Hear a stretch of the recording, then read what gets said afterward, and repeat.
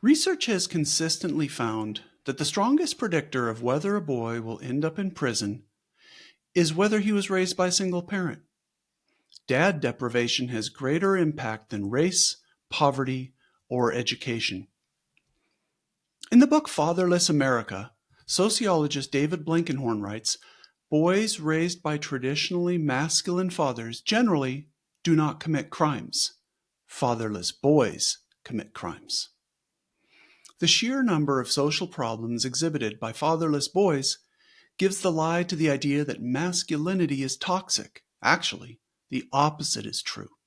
Fatherlessness and anti-masculinity is toxic. Just look at the crime, violence, and prison data, which we'll talk about more on the show today. Where social capital is low, government intervention is high. Hello, America, and welcome to the latest episode of the American Restraint Podcast. I'm your host, Patrick Trepanier, and on this show, we don't do hot takes on political news. We try to look at how to fix America by shrinking Washington, D.C. We also look closely at some of the root causes of America's brokenness, and today we're looking at chronically poor communities and how they can be rebuilt through service. As always, please subscribe to help get the word out. So just a quick note, we've also been talking a lot the past few episodes about hyper-capitalism and what is hyper-capitalism and all the problems with hyper-capitalism. I love capitalism, but what we have in America today is hyper-capitalism and it's tearing the country apart. Similarly, we talked about a month ago about hyper-individualism. Individualism is good, but way too much focus on what about my needs is also tearing the country apart. These two forces, hyper-individualism and hyper-capitalism, are what I talk a lot about in my book, American Restraint. Okay, so back to the show. America used to be known worldwide as the land of opportunity. One of the major differences between America and Europe in the 19th century was upward mobility. Millions of English, French, Italian, and other immigrants came to America because it offered the poor an opportunity to move up to the middle class and sometimes to the upper class. Throughout the most of the 20th century, America continued to offer upward mobility to new poor immigrants as well as Americans born into poverty. Over the last 50 years, America's upward mobility has broken. Not only are the lower classes less likely to move into the middle class, but they're more likely to stay stuck in the lower class for generations. Both hyper-capitalism and hyper-individualism have had catastrophic impacts on the lower class. Hyper-individualism has destroyed both families and communities, generating chronic poor in cities large and small. And hypercapitalism has eliminated millions of good-paying blue-collar jobs that helped lower-class communities maintain more economic and family security.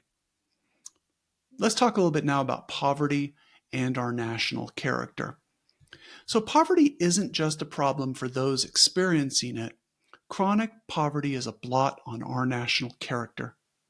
Hyper-individualism and hyper-capitalism have hit the lower classes especially hard. Median household income for lower income households was about $20,000 in 1970. Over the next 5 decades, it barely grew to $29,000 by 2020. Roughly 29% of American adults live like this. And remember, I lean right on many things, and I think there are good solutions on the left of center for many things as well.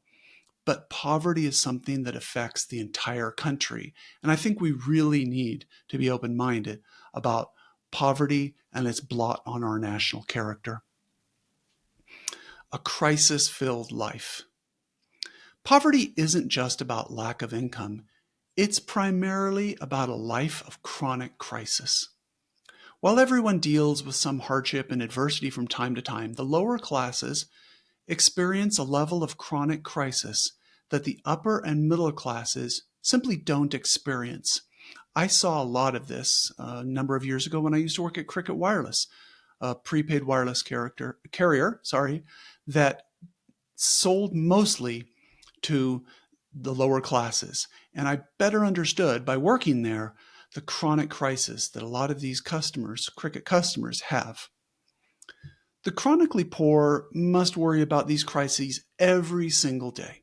Job insecurity, poor employment prospects, food insecurity for both adults and children, housing insecurity, and constant worry about eviction, family insecurity due to high levels of divorce, breakups, and out of wedlock births, healthcare insecurity and inability to pay medical bills, financial insecurity, often relying on predatory payday loans, loss of dignity from constant dependence on government assistance, impact of drug abuse by family members and neighbors, impact of crime on family and community, and the resignation that they and their children will likely spend their lives in poverty. The broken windows theory is a fact. I'm a big believer in the broken windows theory of community breakdown. This theory, first put forth by academic James Q. Wilson in the 1980s, who, by the way, I was really privileged to take a class from Professor Wilson back when I was in college. This theory explained how when communities ignore little breakdowns like broken windows, it usually leads to bigger breakdown like crime and drugs. For most of lower class America, the windows have been broken for so long, the community doesn't even notice them anymore. This isn't to say that individuals and families in lower class communities don't bear some responsibility for poor choices about education, drug use, and marital commitment. But these communities have been broken for so long, they don't see realistic solutions to their dilemmas. Democrats offer band-aid solutions. Telling millions of workers they should flip hamburgers for $15 or even $20 an hour is not a path to the middle class. Universal basic income is a vote-getting ploy that provides no dignity. Republican solutions are often worse. Many basically say poverty is due to laziness, or they say the poor aren't really that poor because they can afford a cheap big screen TV from Walmart. Let's talk now about communities and crime. Most crime in America is committed by men who don't have dignified employment and a family that requires their material and moral contribution. Over the past 50 years, hyper-individualism and hyper-capitalism have pummeled American families and communities. American working class men have taken much of this damage. Consider a few statistics here. There are roughly 2 million prisoners in local, state, and federal prisons, and about 5 million were formerly incarcerated. About 20 million citizens have previous felony convictions, and 80 million have a criminal record. America incarcerates its own citizens at roughly 4 times the rate of similar European democracies. Do we really have 4 times as many bad people as Europeans do? Now, consider how fatherlessness impacts crime. Roughly 90% of prisoners are men. Just think about that. Nearly 60% were basically fatherless. When 70% of black babies and 53% of Hispanic babies are born out of wedlock, and these communities are more likely to be lower income, that's a crisis for America. Without fathers in the home, young men grow up without authority figures who give them the guidance they need to channel their aggression productively. When young men in poor communities don't have fathers to mold and guide them, they often turn to crime and gangs to find belonging, purpose, and an outlet for their aggression. The loss of millions of working class jobs shipped to China or given to lower paid immigrant workers has stripped working class men of hope. Libertarian hyper-capitalists say, if a factory closes, just retrain or move. But they understand very little about the chronic crises facing working class men who simply give up.